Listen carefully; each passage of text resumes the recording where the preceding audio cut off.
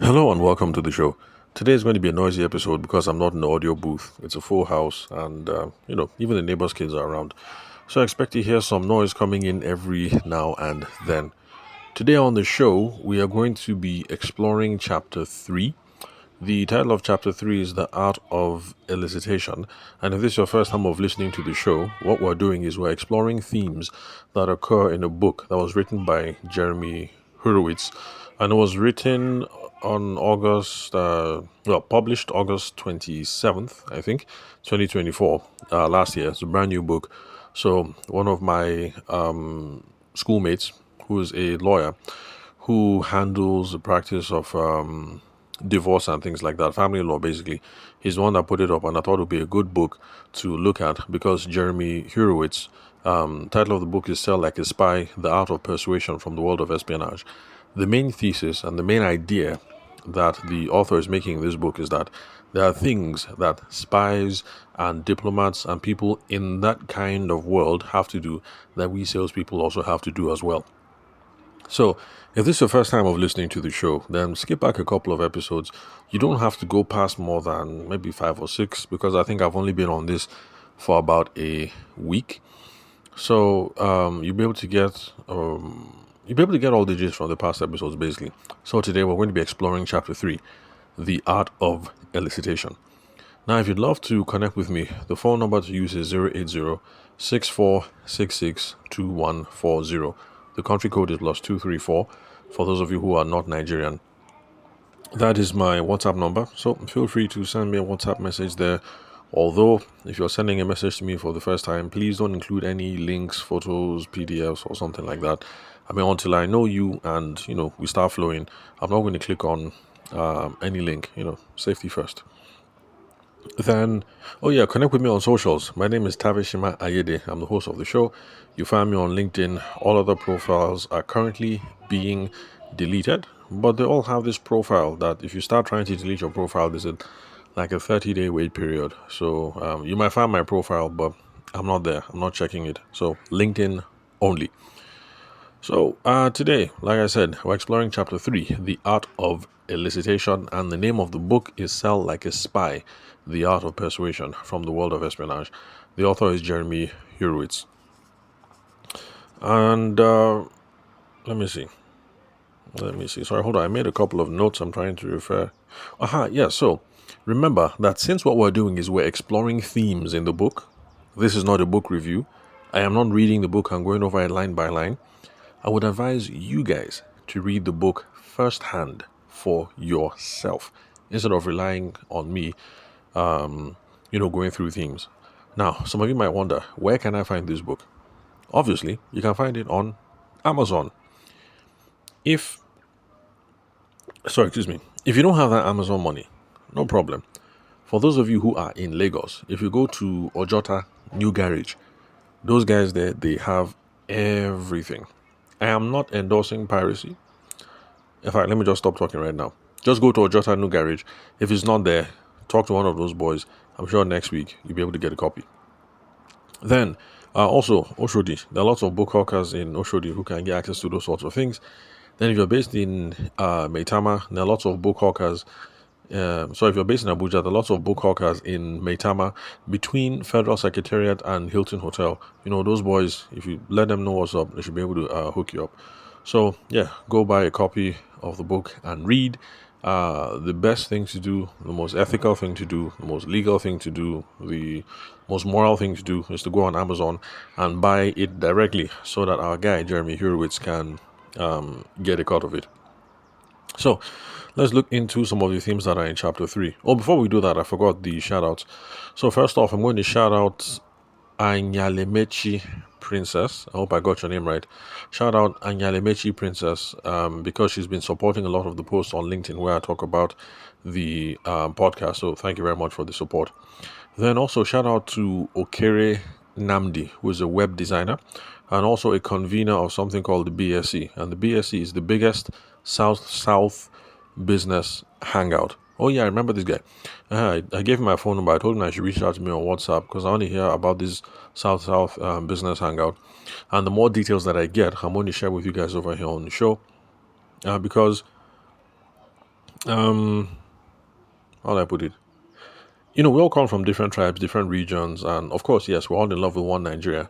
But we can't run away from the fact that on a regional basis, some of us have some particular problems that maybe people in the rest of the country can't relate to. So South, you guys, you have your problems. Middle belt people, we have our problems, which is why on particular segments of the show, I talk about certain things related to the middle belt community. I remember that episode I made about how it's not your village people that are doing you, because in my own part of the world, they can say something like, uncle this or auntie that or grandfather this or whatever, but because of somebody's bad eye, that's the reason why you're not making progress, and that's something that I dealt with over here. So it's really nice that you're having young men and women doing stuff, addressing business challenges that might be particular to any region in Nigeria. It doesn't mean that we don't care about Nigeria as a whole. We're just trying to clean our own house first, before we come outside. So that's just the main idea. So, Okereke Namdi, web designer, convener of the biggest South business hangout, thank you very much for listening to the show. He reached out to me on LinkedIn. Then also shout out to, let me see. Oh, okay. There's one person I'm going to shout out twice. Okay, Okere Namdi. What actually happens is that, people reach out to me on LinkedIn or WhatsApp, or I see their comments on Spotify. So this is one guy who has reached out to me on both avenues. So, Okere Namdi, apparently he also left a comment on Spotify saying that he was amazed at the sales tips that are there. So thanks again for the compliments. Then after that, he now reached out to me on LinkedIn. So I didn't realize I was the same fellow. So those are the shout outs of the day. Anyelemechi Princess, thank you very much for the support. Okere Namdi, thank you very much for the support. Keep listening. Also share the podcast with people who you think are going to derive value from the sales trips. And then Okere Namdi, I'm giving you my phone number. So reach out on WhatsApp. Let's talk about this South business hangout thing. I'm curious. I'd like to hear what you guys are up to. All right. So, chapter 3, the art of elicitation. Now, let's find out what elicitation means in the first place. This is my own definition. Elicitation just means talk freely. You're trying to get somebody to talk freely. Now, in the particular context of espionage, the way you can get somebody to talk is either elicitation, get them to talk freely, or you beat the crap out of them. Basically, that's torture. So, either talk freely or I'll break your head. So those are the two options in this world, in the world of espionage. So, of course, it is better that you get person to talk freely, to elicitate the information. Because if you elicitate, if you get someone to talk freely, the person is going to be calm, the person will be cool, the person should be more honest, the conversation should be more heartfelt. Versus when you tell the person that, look, talk, or else I'll break your head. And then, of course, there's also this thing that some people haven't realized. Sometimes when you tell somebody, look, talk, or I'll break your head, the person will tell you whatever it is that you want to hear. Also, one reason why torture is not the best way to get information from people. So, in that part of the world, to get information, you can either elicitate, toast the person, coax the person, let the person talk freely, let everything be nice, be calm, be heartfelt, or you can say, look, talk, or I'll break your head. The option that we're going to pick is elicitation. Let's try and get people to talk openly, honestly, calmly, heartfelt, cool, no tension.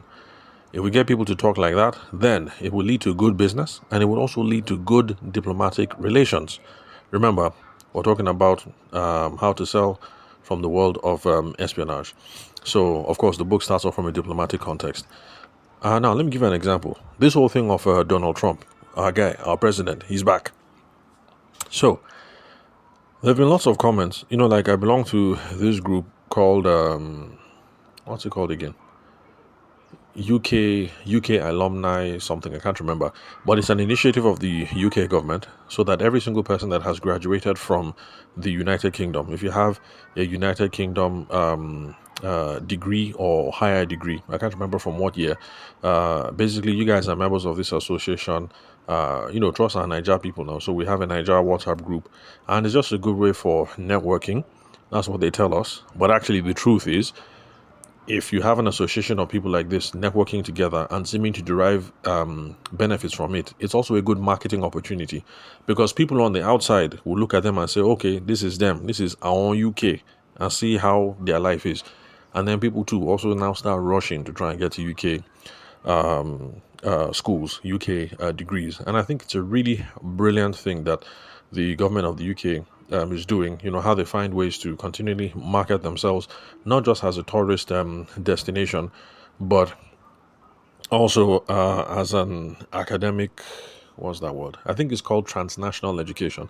So as a transnational education destination as well, and they end up making lots and lots and lots and lots of money, because I don't know how much education is right now, but I think back when I was in uni, I think for my master's, I can't remember, Sha, but I don't think it was up to maybe like £3,000 or something like that. I can't remember. 1,000, 3,000. I can't remember. Anyway, but I'm sure now it's really, really plenty of money, because I was talking with one of my, it's not really my uncle, Sha, but you know how Nigeria is now. Everybody's your uncle or your auntie. And I was trying to send his son to Canada. And he said he needed like $7,000. And I was shocked. I said, $7,000. Now have things become that expensive? And then he laughed. He said, no, that 7,000 is not everything. No, that 7,000 is just 1 year. I said, hey, okay now. Anyway, what was I? So I was talking about elicitation now, getting people to talk in an honest, open, and a heartfelt manner. And okay, from there I went to Donald Trump. Now the reason why I'm talking about Donald Trump now is because in this my WhatsApp group that I am now, Alumni UK, some people are saying that Donald Trump, he hates Africa, he hates Nigerians, blah blah blah, he hates immigrants. If Donald Trump enters, this is this one thing. All the things that people say. So let's go back to the example that I've been given now. If you have now been elevated to the level of ambassador, and you're ambassador to America, your posting is Washington DC, go and give thanks and go and glorify the Lord, because you have been exalted. You have been exalted over your people in the same cadre who work in NTA or NOA, or who work in Ministry of Education, because they are still being paid in naira, and their salary is crap.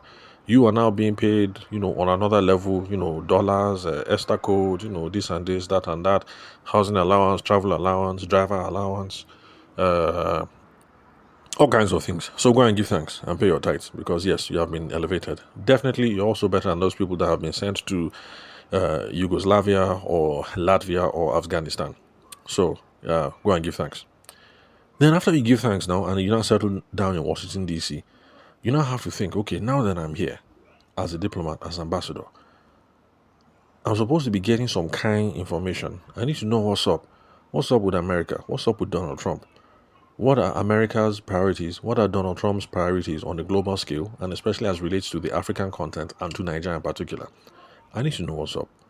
Now, for those of you who have been here and who listened to us when we talked about chapter 2 and chapter 1, we also know that you're going to be doing information gathering, building relationships, all those sorts of things.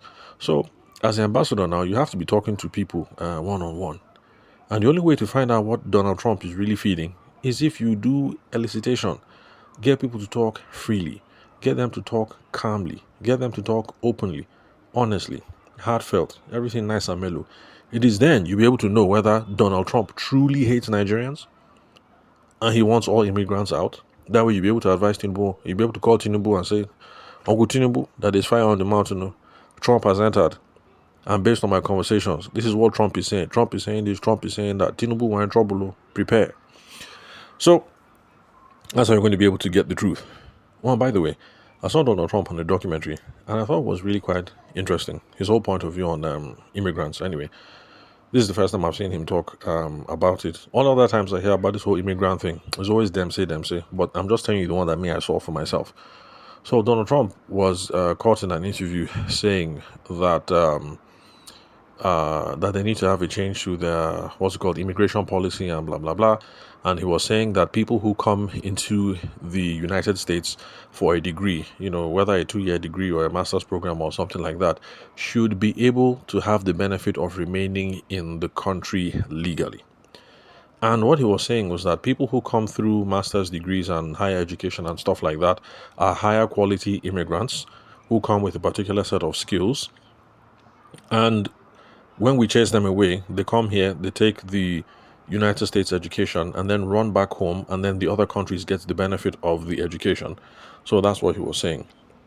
So, listening to that clip is beginning to look to me as if it's not as if Donald Trump hates Nigerians, though. It's beginning to look at me as if Donald Trump prefers high quality immigrants, in quotes. So people who are coming for master's degree, for this, for stuff like that, let those people remain because they're high quality. So it looks that Donald Trump and this girl, the head of the Conservative Party, this Nigerian girl, can't remember her name. Anyway, big ups. Congratulations to her that she can become the head of the Conservative Party as a Niger chick. As in, I'm impressed. Keep doing your thing, sister. I understand. Keep doing your thing.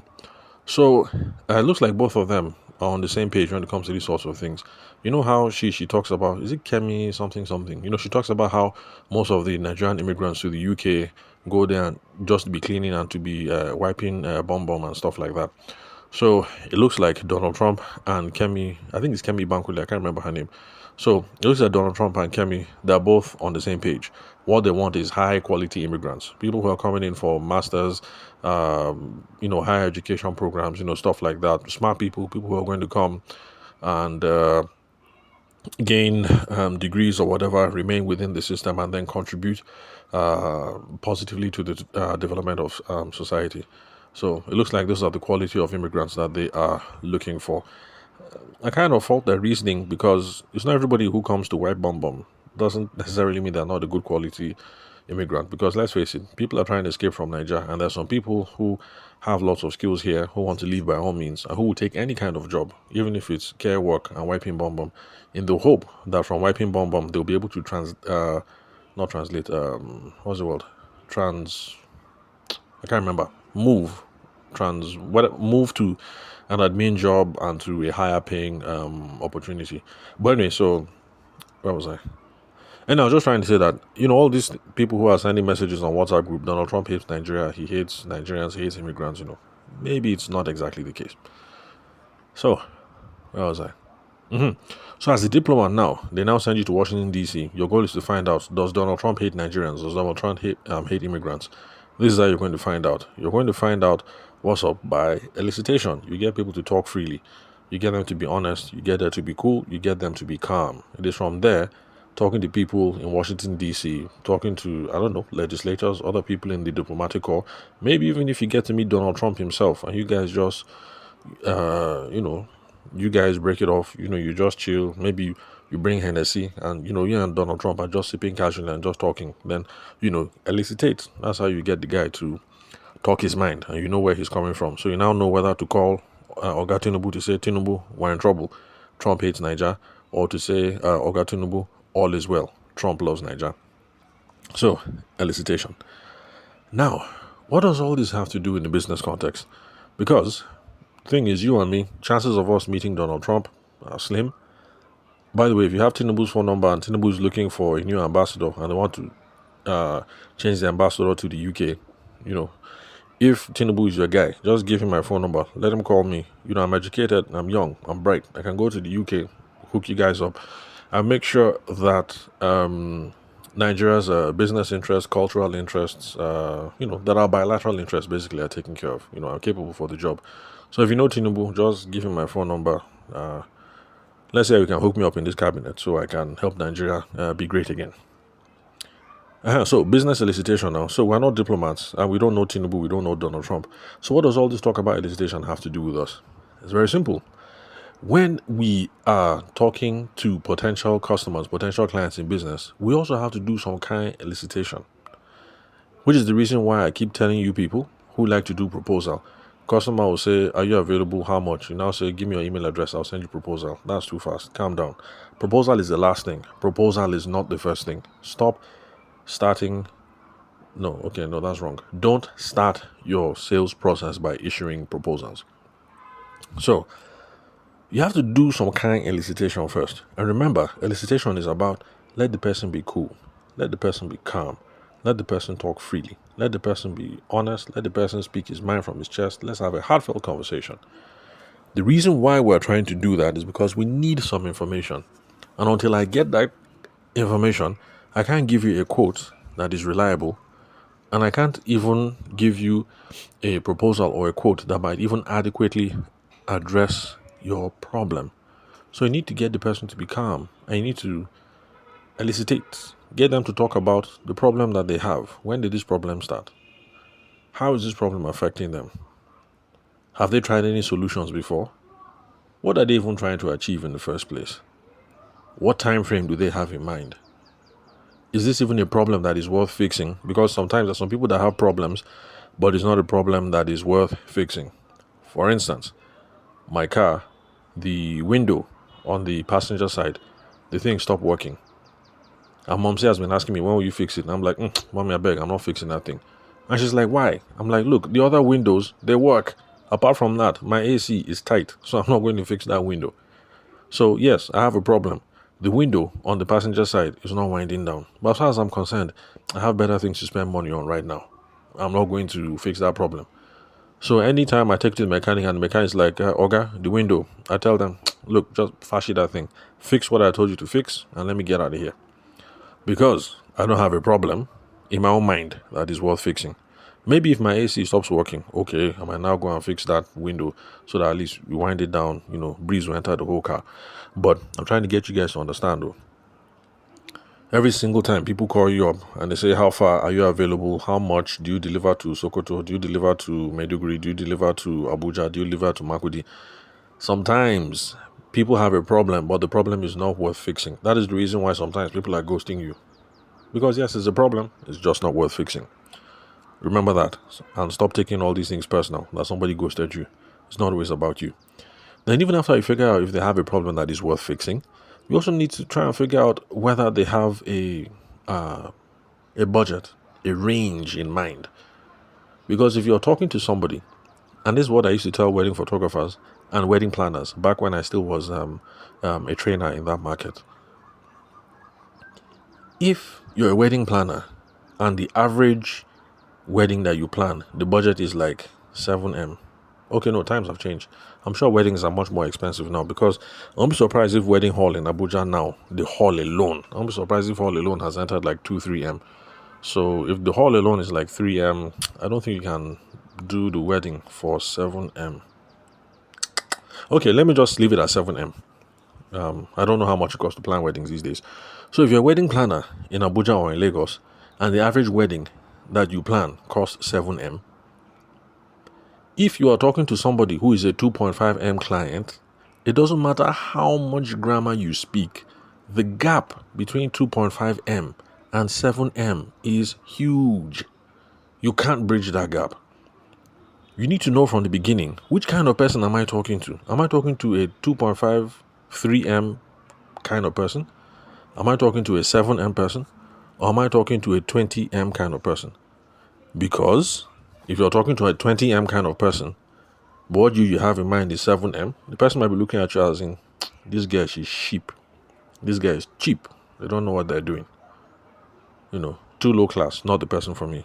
So we actually need to have these conversations around budget so you know who it is that you're talking to. So you will take dressing accordingly. The way or the kind of proposal that you make to the 20M person is different from the proposal you make to the 7M person, and is different from the proposal that you make to the 2.5M person.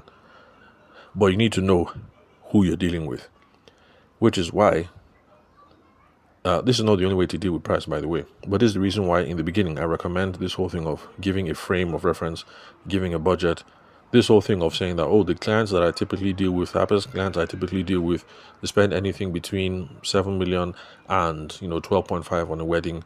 How does that sound to you? Does that match your budget range? Are we in the same ballpark? Is that the kind of thing that you're looking for? What are your expectations concerning budget? You just have that sort of kind of question, so that if somebody hears 7.5 to 12 million, the person says, 7.5, how? You now know that, okay, this thing we're probably not going to meet. But if you hear someone that says 7.5 to 12, I won't tell you the exact budget, but it sounds okay. It sounds just about right. You now know that, okay, there's room. It might be realistic here. So, in a business context, elicitation, these are the sorts of things we're trying to figure out. What's the problem? What's the vision? How long have you guys been planning? How's it affecting people? What is the previous solution you've tried before? You know, stuff like that. Is the problem worth fixing? Because I've had to tell some wedding planners before. If a bride tells you that, oh, my auntie is planning it, I say, your auntie? Are you sure? She says, hey, no, yeah, my auntie now. My auntie has like 6 sisters, so they're covered. That kind of babe, as far as she's concerned, she doesn't have a problem. You can keep trying to toast her, but it's going to be hard. Because as far as she's concerned, her aunties are Amazons and they're capable, so they don't need a wedding planner. But anyway, let me move off of this whole wedding planning example now, because not everybody listening to this show right now has a previous background in events like I do. So let me just use, let me see. Okay, so the last case study that we did over here on the podcast, if I remember correctly, before we started talking about diplomats and Washington, D.C. and Afghanistan, was interior decor. Yes. Interior decor. The guy in Lagos that we had a strategy session with. I didn't use his real name. I think remember calling him Jackie Chan in the episode. So let's use Jackie Chan. If this is your first time listening to the show, sometimes I use people's real names because I have the permission. If I don't have the permission, I just come up with a name on the fly. No particular reason. So yeah, I just call this guy Jackie Chan. So Jackie Chan is in the interior decor space and he's based in Lagos. Then there was one time that he was talking to a prospective customer who is a business owner in Lag. He ended up doing business with the person. And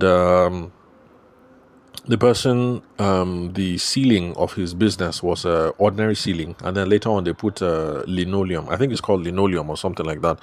That's the ordinary ceiling is how do I describe it now?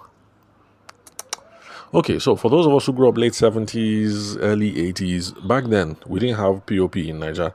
What we had was regular ceiling. It was kind of like ceramic. So like if you're playing with your football inside the house and you kick it and the thing hits the ceiling will just crack. And then you know that, okay, when daddy comes home, you're in trouble because he's going to beat the hell out of you because you destroyed the ceiling. So that was stage one. Ceramic. We used to have ceramic. Very ugly, grey looking kind of thing. Then step two was, I think it's called linoleum. I can't remember, but it's like plastic. And it looks like it has lines on it, but the thing is plastic. So if you're playing football inside the house, you and your brothers, and you kick it and the thing hits the ceiling, the thing will just make boom. But the thing won't crack because it's plastic. So if your father comes home, he won't beat the hell out of you because there's no hole in the ceiling.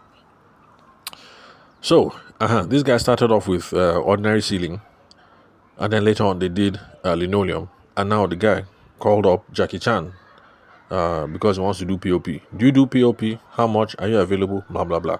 Now what Jackie Chan did was a normal thing. That yes, we do POP. It is 12,000 naira per square meter. Something. Anyhow, he ended up getting the deal.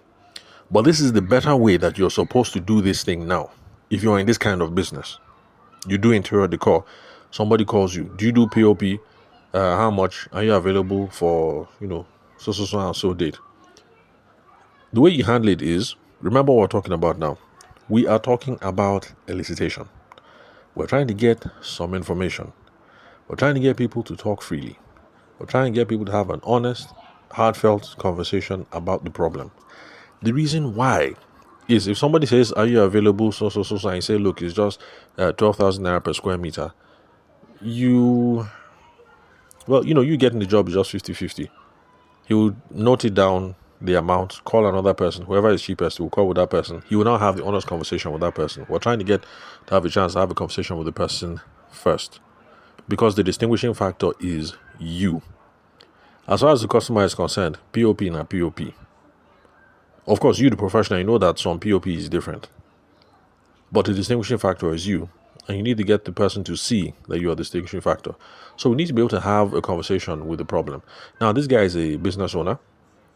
So if a business owner wants to change, has tried changing from ordinary ceramic to linoleum, that plastic thing, and now he wants POP, because POP is modern or classy or high class or sophisticated or whatever, you need to have the conversation. Now, okay, you've been using the linoleum for 3 years. Why are you changing now?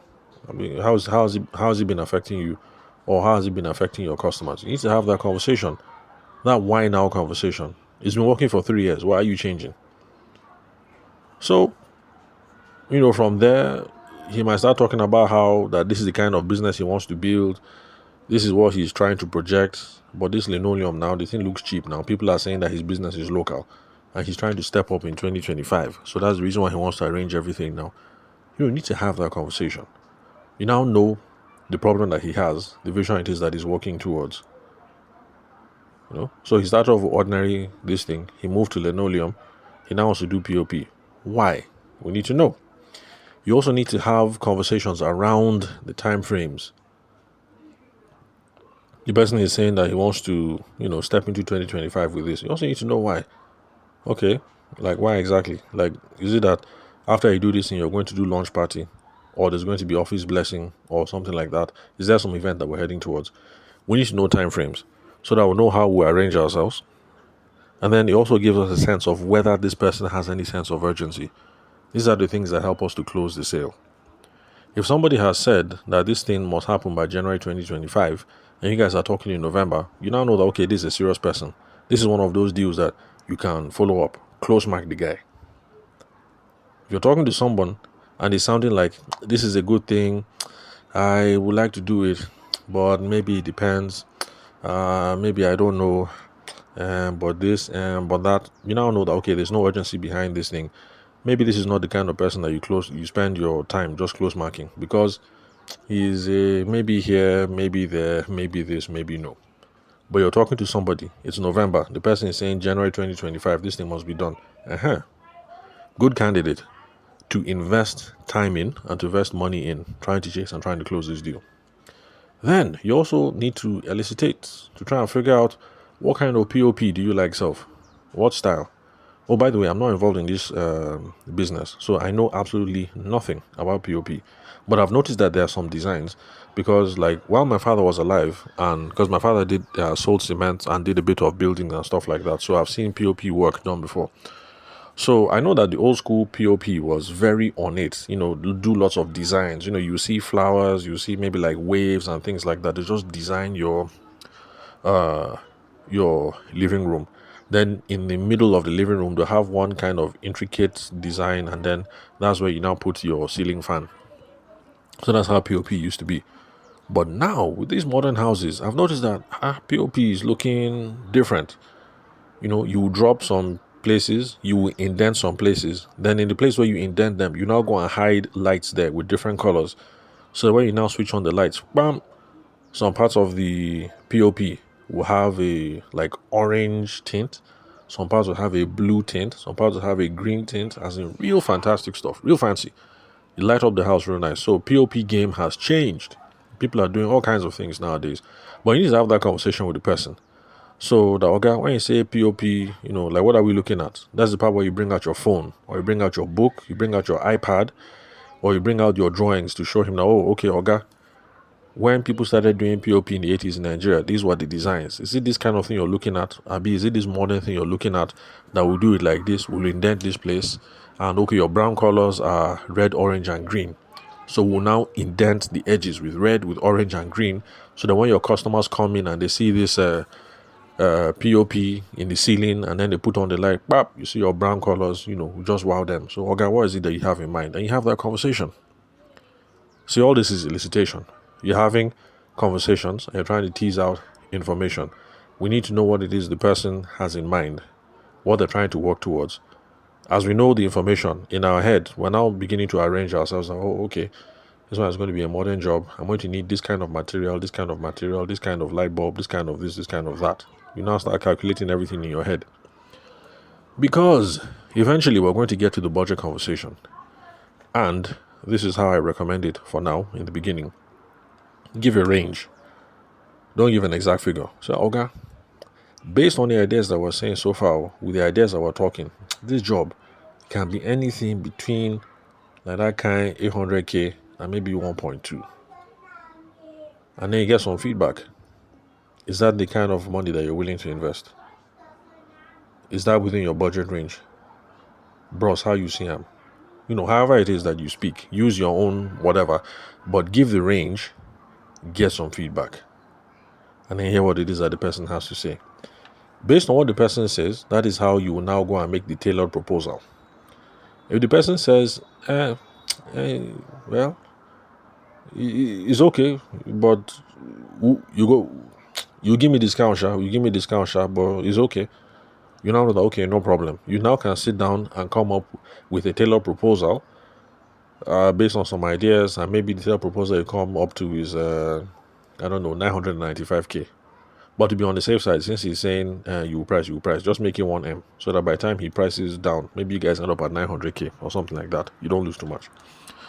So it's after that you're now going to be able to give a tailored, specific proposal. And that is the stage where you have drawn up one particular idea that you're going to do. Now, okay, we're going to do ceramic. It's going to be a new design.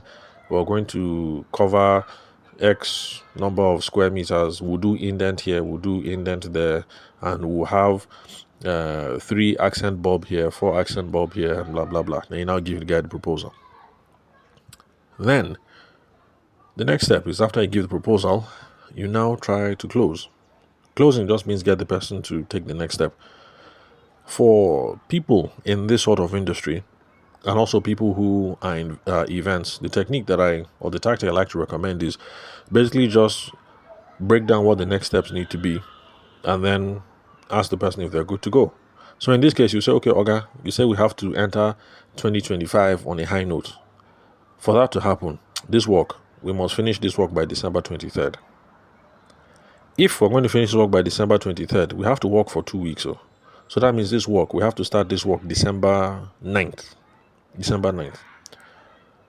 Now, if we're going to start this work December 9th, I need 1 week to be able to buy all these materials, because this POP, this indent, this glass, this, I have to buy it from Lagos, I have to send it from Onitsha. So I need 1 week. So okay, that means that actually I need to place order for the materials by December 2nd. And today's date, this is already November 3rd. So the money must enter my account at least 1 week before now. At least that 25th November, the money must be in my account so I can place the order. If we miss this November 25, I can't guarantee that we'll step into this 2025 on a high note. I can't guarantee it. So this money has to be in my account by November 25. And then you ask, is that something you can do? Can you raise 400k deposit by then? The ball is in your court, so it's up to you. Bros, when will you send the bar? Oh, by the way, somebody has used that one on me before. I made a podcast episode on it because I thought it was really, really cool. This is just to show you guys that going for the close, it doesn't have to be all formal and stuffy and everything. Even something as simple as, hey bros, when you go send the bar, that's enough to get the ball rolling. So, so in this case, you can see how you ask for the commitment, because this is something that has a fixed deadline. In this case, wedding people, event people, it already has a fixed deadline. So if you just walk all the way backwards and say, Oga, or Madam, this is what is involved though. So when are you comfortable for us to start? Or can you raise the 400k deposit by then? Or blah, blah, blah. That's a nice way to get things going. And then you can now put the thing in your follow-up queue so that you'll be following up the person, or follow through, as I like to say.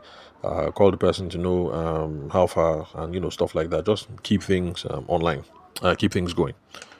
But bottom line, the reason why we worry about elicitation, and I hope you guys are paying attention, especially those of you who like to start with proposal. Somebody will say, are you available? Are you free? How much? You say, let me send you a proposal. What's your WhatsApp number? Elicitation is what helps close deals. Getting people to talk freely, smoothly, calmly, with their full chest. Everybody nice and cool. That is what closes deals. If somebody calls you and says, are you available? And you say, okay, let me send you price list, or let me send you proposal, your possibility of closing the deal is 50-50.